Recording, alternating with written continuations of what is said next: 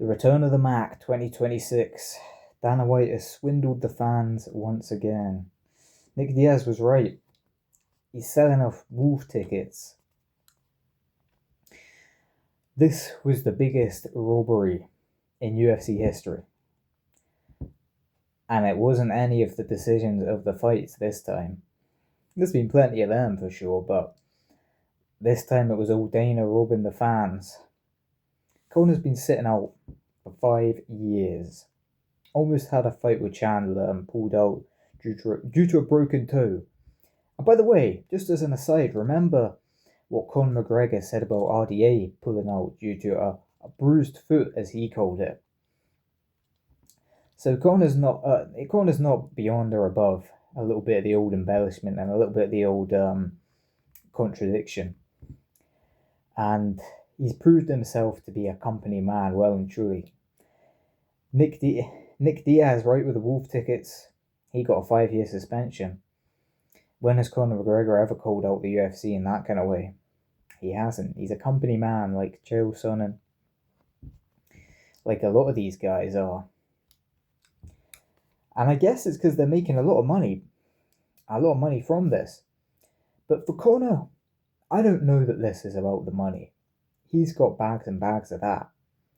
It's about a comeback. It's about a last-ditch effort to reclaim his old identity as the prolific knockout artist of the UFC. He's still a superstar, but he wants that win. He wants that last win. This isn't about money for him, but it's about money for Dana. And the two both have a shared interest in a big last fight. But you know what? I think they both knew that this fight, McGregor versus Holloway 2, UFC 329, that wasn't it. It's the next one.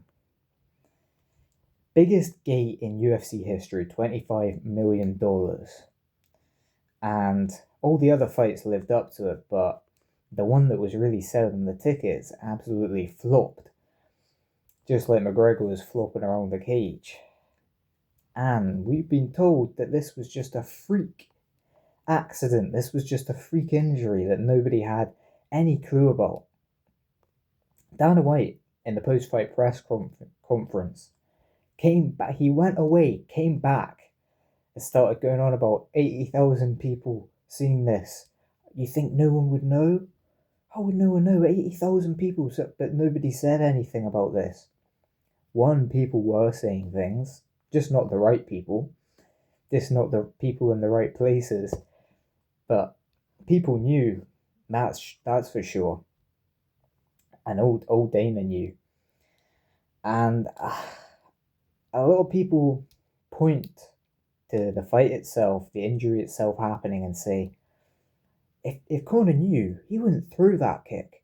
If Conor knew he had that injury, there's not a chance that he'd throw that kick. That's exactly why he would, and exactly why he did throw that kick.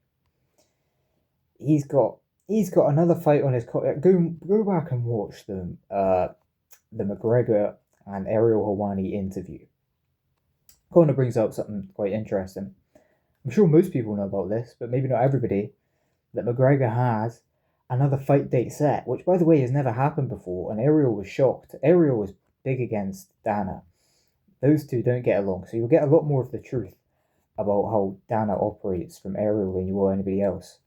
As much as he's a bit of a slimy rat himself, he'll tell the truth on those accounts because he has no interest in defending Dana. So, yeah, we find out that McGregor has a fight date set for April next year, which has never happened. Both of them acknowledge this has never happened. Conor perhaps feigning surprise at that. He maybe knows the whole story of this, because he even said it himself. There's a lot of stuff that goes on with the contracts behind the scenes that the fans obviously don't see. There's a lot of stuff that goes down with those contracts. So Conor has two fights left on his contract. Let's say Conor goes out there and, no matter what preparations Conor had when he finally decided to quit his addictions and get himself together for his comeback. Um, even no matter how much preparation he did, the likely outcome is still that Max Holloway wins. He was always going to be the betting favourite. He was always going to be the one that people are going to be confident betting their money on, because he's been an active fighter for the last 5 years whilst Conor has been sat out, mostly letting his body waste away to drugs and alcohol. So, this fight happens as it should happen. What's the most likely outcome? Holloway knocks him out, TKOs him, maybe even submits him. That's probably what's going to happen on Conor McGregor's 2-fight contract. So let's say that outcome happens. Then what happens with Conor? You've got, where does the hype go? Where does the hype go if Conor loses that fight? If he gets knocked out, he could have got beaten badly in that fight. Yeah, he could have looked strong for round one and whatever. The likely outcome is Holloway batters him, and then there's no hype for Conor's next fight, because he'll be shown up to look how he should look with how he's been living the past 5 years, which is not like an elite fighter should. And then that last fight has to be filled, and who are you going to fill it with? What matchup is going to get the company money? £25 million, the biggest gate in UFC history. And people are talking about the fact that this injury and everything is gonna kill the hype for another comeback, because this will technically be like the third McGregor comeback, which is hilarious, to be honest. They are gonna have a hard time selling it, but you know what? I think they're gonna have an easier time selling that than trying to sell Conor McGregor coming back in April for a last fight after getting like obliterated by Max. They'll have a better time selling this if they fake an injury, or if they have a pre-existing injury that's kind of acting up and they can point to it and go, all right, we said that we didn't know, but we do know, because there's all these kind of little things, all these kind of little clues that they're putting out, but not explicitly saying it. It's like they're breadcrumbing us so that we can go and look at that and say, hang on, no, there clearly is a pre-existing injury. And they're like, oh, you got us, I guess there was, as opposed to, no, this is kind of preordained. This is a setup, because okay, Conor goes out there and he throws that wild kick, and people point at it and say, oh, you went through that kick, and that's the defense. Oh, this came out, and Conor can now in confidence say this came out of nowhere because he threw a kick that you wouldn't throw if you knew you had an injury. But the signs were there. The way in, a little stumble at the way in, and then there's a point on the walkout, and when he's arrived and he's getting, they Vaseline them up, check they've not got any blades on them or anything, getting patted down before he enters the octagon, and he stumbles into a guy that's walking past when he's taking his shoes off, because he's not being deliberate at that point.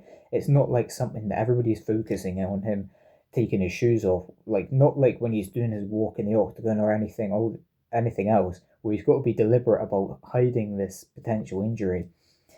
Now here's the thing, we don't know if this injury ever existed, by the way. This could be a complete figment of Dana, Conor, and anybody else in their orbit imagination.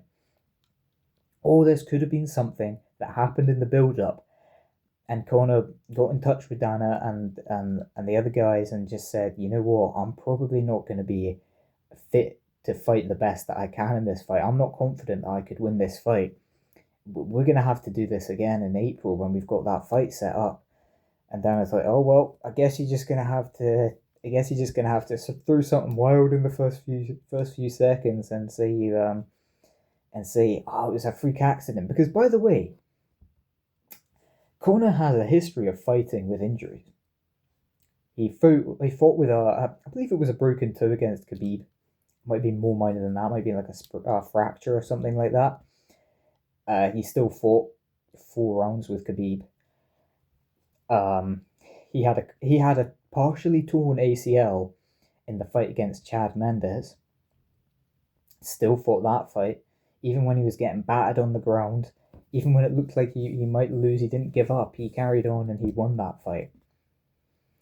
He tore his ACL fighting Max in an exchange, a jiu-jitsu scramble on the ground where Max had his leg in half guard, I believe it was, and his knee twisted and he tore his ACL. He still continued to win that fight. He switched to grappling and won that fight.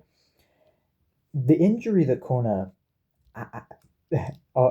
has or had is one that he's dealt with during fights before. If that's what he's pointing it towards, then there's all this evidence of him fighting with the same injury before, and it didn't stop him from carrying on and winning those fights. By the way, besides the Khabib fight, so the argument it becomes a lot weaker. There's a lot of holes that can be pointed in this.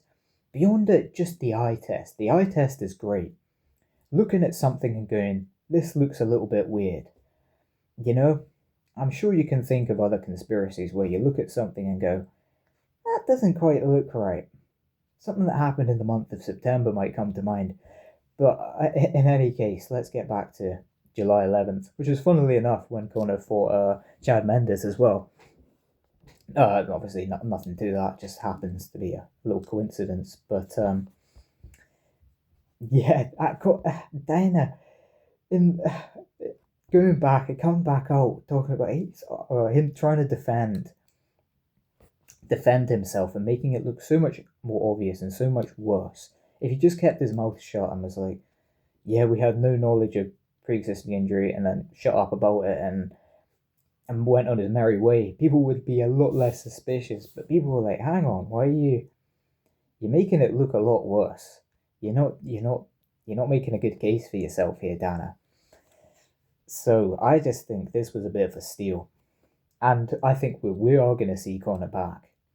I mean, all the body language and everything. I think the body language, what it points towards is Conor knows what's going to happen, and he doesn't even want to pretend that he wants to be there for this whole event. I think Dana had a little word in Conor's ear at some point. It could have even been as close to as the night, like a few hours before the fight, whatever. He got in contact with Dana. Maybe this was something that was a potential to happen for maybe even like a month in advance. Maybe even when it was initially orchestrated, and they were like, you know what, you might not be ready to win this fight. You might not be prepared. We're gonna make a lot of money off of this fight, no matter what happens, as long as the fight happens.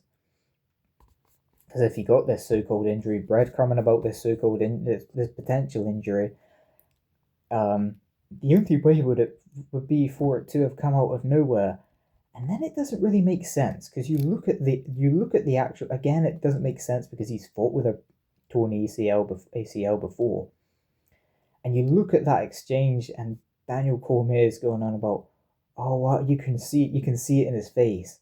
You can't see it on his leg, funnily enough.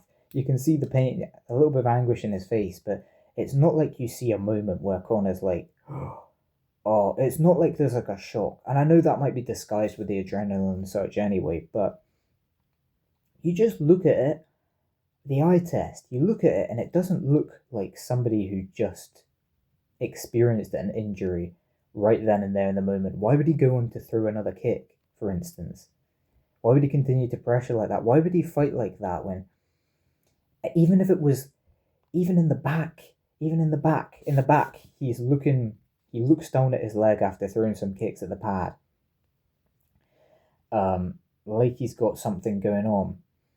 There's no real way that this looks good. I think this was preordained. I think this was planned to some extent, in some way, to some degree. This was orchestrated by Dana and Conor, and I think Dana had a little word in Conor's ear and asked him how much he wanted to make money and how much he wanted to get out of his contract, and Conor kind of had to go along with it, and he didn't look too chuffed that he had to go along with it. But I think that's what happened. I think we experienced a robbery, a daylight robbery, and I think we're gonna see Conor back in April fighting either Max Holloway or Dustin Poirier. either one is going to make a lot more money. And by the way, it's going to make a hell of a lot more money and be a hell of a lot bigger of a deal than if Conor went out there and got knocked out by Max Holloway, which is probably what was going to happen. 2 fights left on the contract. Why would they make that fight? And then and then how much money would they make on the second fight? Now they can now they can package up McGregor. McGregor's come back like 4.0 now or something like that. It gets funnier and funnier. But Dan is a criminal. He's an absolute swine, an absolute piece of shit. And I don't think anybody should put it past him. And honestly, we shouldn't put it past Conor to be the company man that he is. Comply with Dana's requests, go in there and put on a little bit of theatre and not be too chuffed about it, but do it anyway, because guess what he's getting his he gets more time to prepare for this for Dustin Poirier, McGregor versus Poirier 7 or whatever we're on now. So it's like, oh, McGregor versus Poirier 6. You know, how long is it going to go on for? You know, they're going to repackage that and they're going to sell it back with more hype. Somehow they've got a year to make it happen. They've got a year to build Conor back up so that they can do this last fight where Conor might have a bigger chance of winning. He's got more time to prepare. You know, he wasn't that much. He might not have been that long, that far off the drugs. He might not have felt like he was ready. He might got in touch with Dan and said, you know what, I'm not ready. And they set this up. And but yeah, don't be surprised if we see him back in April. I think that's what's going to happen. I think we'll see him back in April for a fight that will do bigger numbers than people think that it will at the minute.